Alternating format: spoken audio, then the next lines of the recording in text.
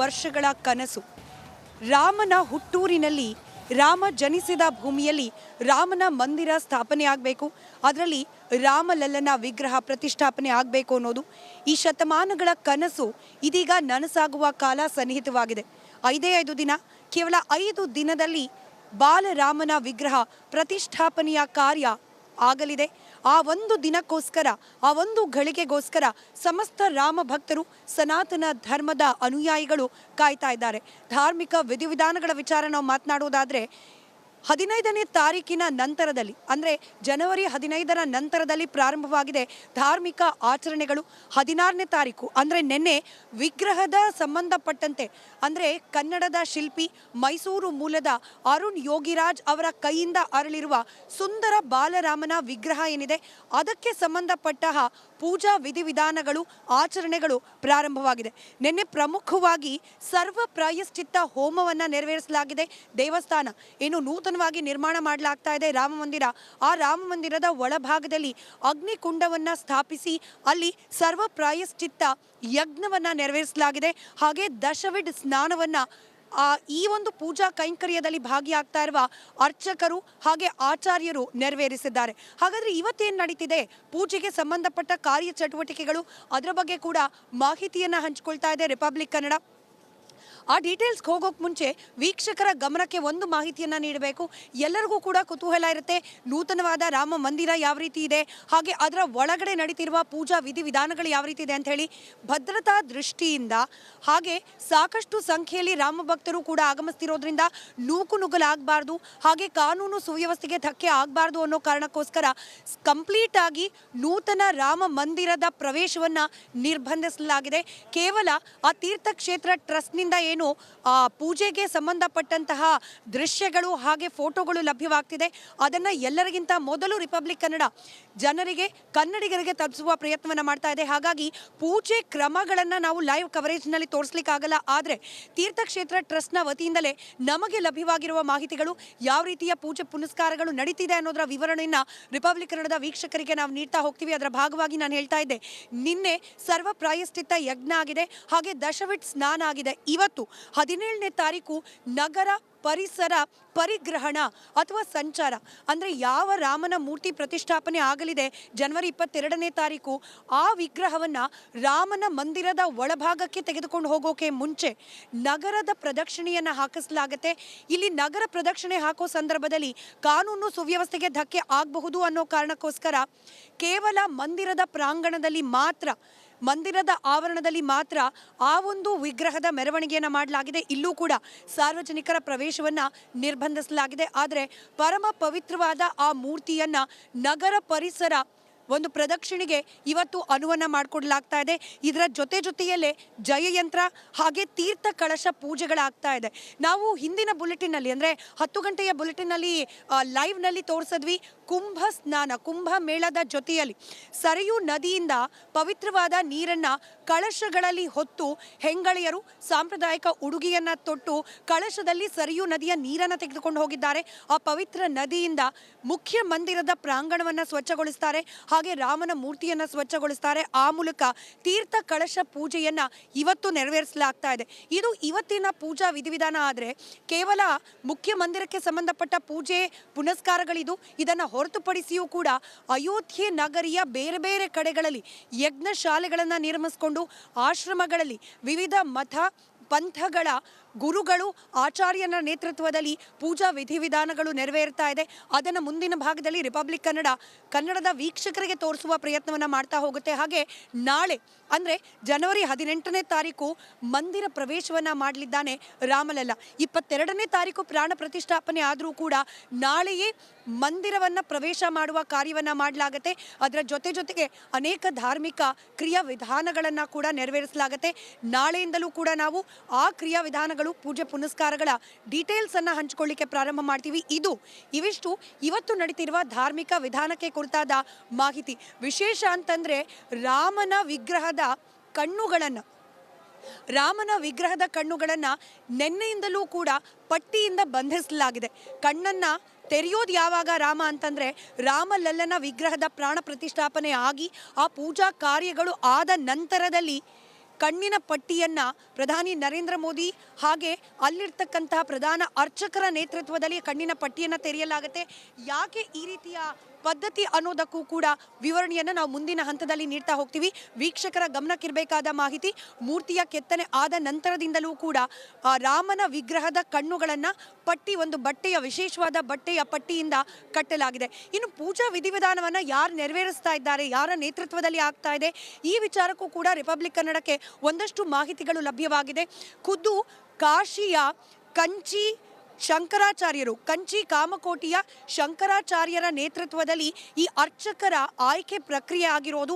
121 ಮಂದಿ ಅರ್ಚಕರನ್ನ 3 ತಂಡಗಳಾಗಿ ವಿಂಗಡಣೆ ಮಾಡಲಾಗಿದೆ. ಈ 3 ತಂಡದ ಅರ್ಚಕರಿಂದ, ಆಚಾರ್ಯರಿಂದ ಧಾರ್ಮಿಕ ವಿಧಿವಿಧಾನಗಳನ್ನು ನೆರವೇರಿಸಲಾಗ್ತಾ ಇದೆ. ಮುಖ್ಯವಾಗಿ ಈ ರಾಮ ಮಂದಿರದ ಪ್ರಧಾನ ಅರ್ಚಕರು ಸತ್ಯೇಂದ್ರ ದಾಸ್ ಅವರ ನೇತೃತ್ವದಲ್ಲಿ ಇಡೀ ಪ್ರಾಣ ಪ್ರತಿಷ್ಠಾಪನೆಯ ಕಾರ್ಯಚಟುವಟಿಕೆಗಳು ನಡೀತಾ ಇದೆ.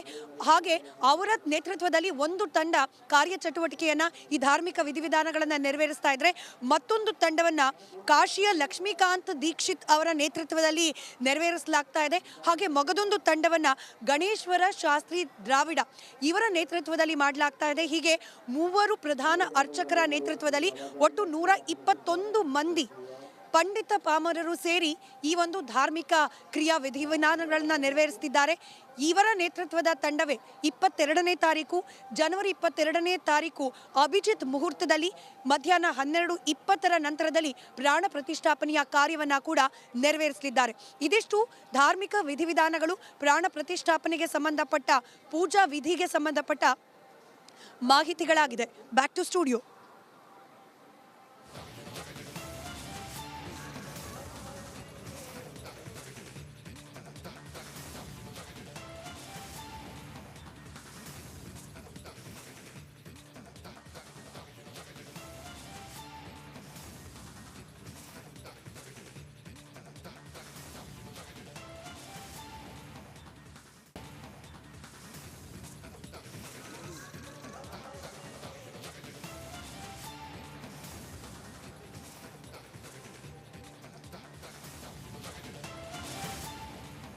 ಇನ್ನು ಇಡೀ ಅಯೋಧ್ಯೆ ನಗರಿಯನ್ನೇ ಸರ್ವ ರೀತಿಯಲ್ಲೂ ಕೂಡ ಸಿಂಗರಿಸಿ ರಾಮನನ್ನ ಬರಮಾಡಿಕೊಳ್ಳಿಕ್ಕೆ ಸಿದ್ಧತೆಯನ್ನ ಮಾಡಿಕೊಳ್ಳಲಾಗ್ತಾ ಇದೆ. ಅದರಲ್ಲೂ ಪ್ರಮುಖವಾಗಿ ಅಯೋಧ್ಯೆಯ ಪ್ರಮುಖ ರಸ್ತೆ ಈ ಧರ್ಮಪಥದ ಇಕ್ಕೆಲಗಳಲ್ಲಿ ಎರಡೂ ಬದಿಗಳಲ್ಲೂ ಕೂಡ ರಾಮನ ಜೀವನದ ಅನೇಕ ಪ್ರಮುಖ ಘಟನೆಗಳನ್ನ ನೆನಪಿಸುವಂತಹ ಮ್ಯೂರಲ್ಗಳನ್ನ, ಗೋಡೆಯ ಚಿತ್ರಗಳನ್ನ ನಿರ್ಮಿಸಿ ಆ ಮೂಲಕ ರಾಮನ ಸ್ಮರಣೆ ಮಾಡುವ ಪ್ರಯತ್ನವನ್ನ ಮಾಡಲಾಗ್ತಾ ಇದೆ. ಆ ಕುರಿತಾದ ಒಂದು ವಿಶೇಷ ವರದಿ ರಿಪಬ್ಲಿಕ್ ಕನ್ನಡದ ವೀಕ್ಷಕರಿಗೋಸ್ಕರ.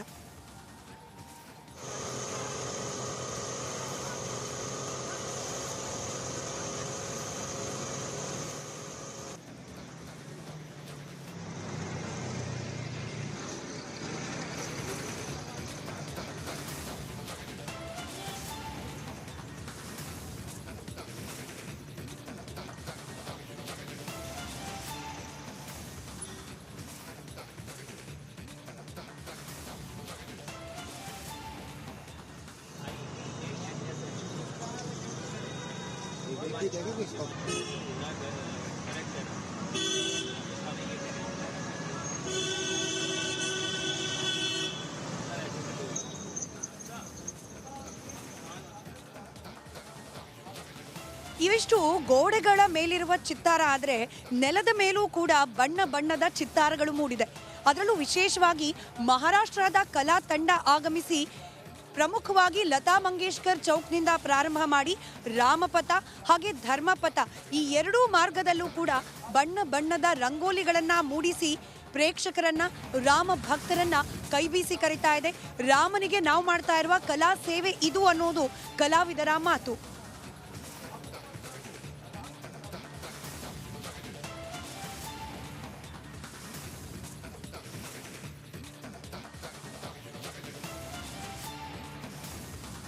ಮಾತ್ರವಲ್ಲ, ಈ ರಸ್ತೆ ಮಾರ್ಗ, ಧರ್ಮಪಥದ ರಸ್ತೆ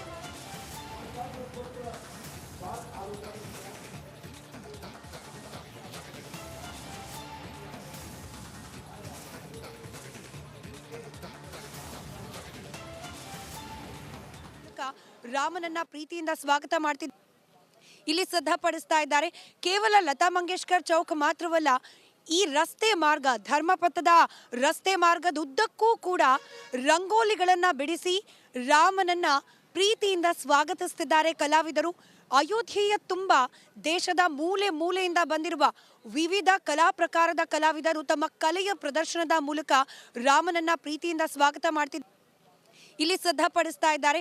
ಕೇವಲ ಲತಾ ಮಂಗೇಶ್ಕರ್ ಚೌಕ್ ಮಾತ್ರವಲ್ಲ, ಈ ರಸ್ತೆ ಮಾರ್ಗ, ಧರ್ಮಪಥದ ರಸ್ತೆ ಮಾರ್ಗದ ಉದ್ದಕ್ಕೂ ಕೂಡ ರಂಗೋಲಿಗಳನ್ನ ಬಿಡಿಸಿ ರಾಮನನ್ನ ಪ್ರೀತಿಯಿಂದ ಸ್ವಾಗತಿಸ್ತಿದ್ದಾರೆ ಕಲಾವಿದರು. ಅಯೋಧ್ಯೆಯ ತುಂಬ ದೇಶದ ಮೂಲೆ ಮೂಲೆಯಿಂದ ಬಂದಿರುವ ವಿವಿಧ ಕಲಾ ಪ್ರಕಾರದ ಕಲಾವಿದರು ತಮ್ಮ ಕಲೆಯ ಪ್ರದರ್ಶನದ ಮೂಲಕ ರಾಮನನ್ನ ಪ್ರೀತಿಯಿಂದ ಸ್ವಾಗತ ಮಾಡ್ತಿದ್ದಾರೆ. ಇಲ್ಲಿ ಸಿದ್ಧಪಡಿಸ್ತಾ ಇದ್ದಾರೆ. ಕೇವಲ ಲತಾ ಮಂಗೇಶ್ಕರ್ ಚೌಕ್ ಮಾತ್ರವಲ್ಲ, ಈ ರಸ್ತೆ ಮಾರ್ಗ, ಧರ್ಮಪಥದ ರಸ್ತೆ ಮಾರ್ಗದ ಉದ್ದಕ್ಕೂ ಕೂಡ ರಂಗೋಲಿಗಳನ್ನ ಬಿಡಿಸಿ ರಾಮನನ್ನ ಪ್ರೀತಿಯಿಂದ ಸ್ವಾಗತಿಸ್ತಿದ್ದಾರೆ ಕಲಾವಿದರು. ಅಯೋಧ್ಯೆಯ ತುಂಬ ದೇಶದ ಮೂಲೆ ಮೂಲೆಯಿಂದ ಬಂದಿರುವ ವಿವಿಧ ಕಲಾ ಪ್ರಕಾರದ ಕಲಾವಿದರು ತಮ್ಮ ಕಲೆಯ ಪ್ರದರ್ಶನದ ಮೂಲಕ ರಾಮನನ್ನ ಪ್ರೀತಿಯಿಂದ ಸ್ವಾಗತ ಮಾಡ್ತಿದ್ದಾರೆ. ಇಲ್ಲಿ ಸಿದ್ಧಪಡಿಸ್ತಾ ಇದ್ದಾರೆ.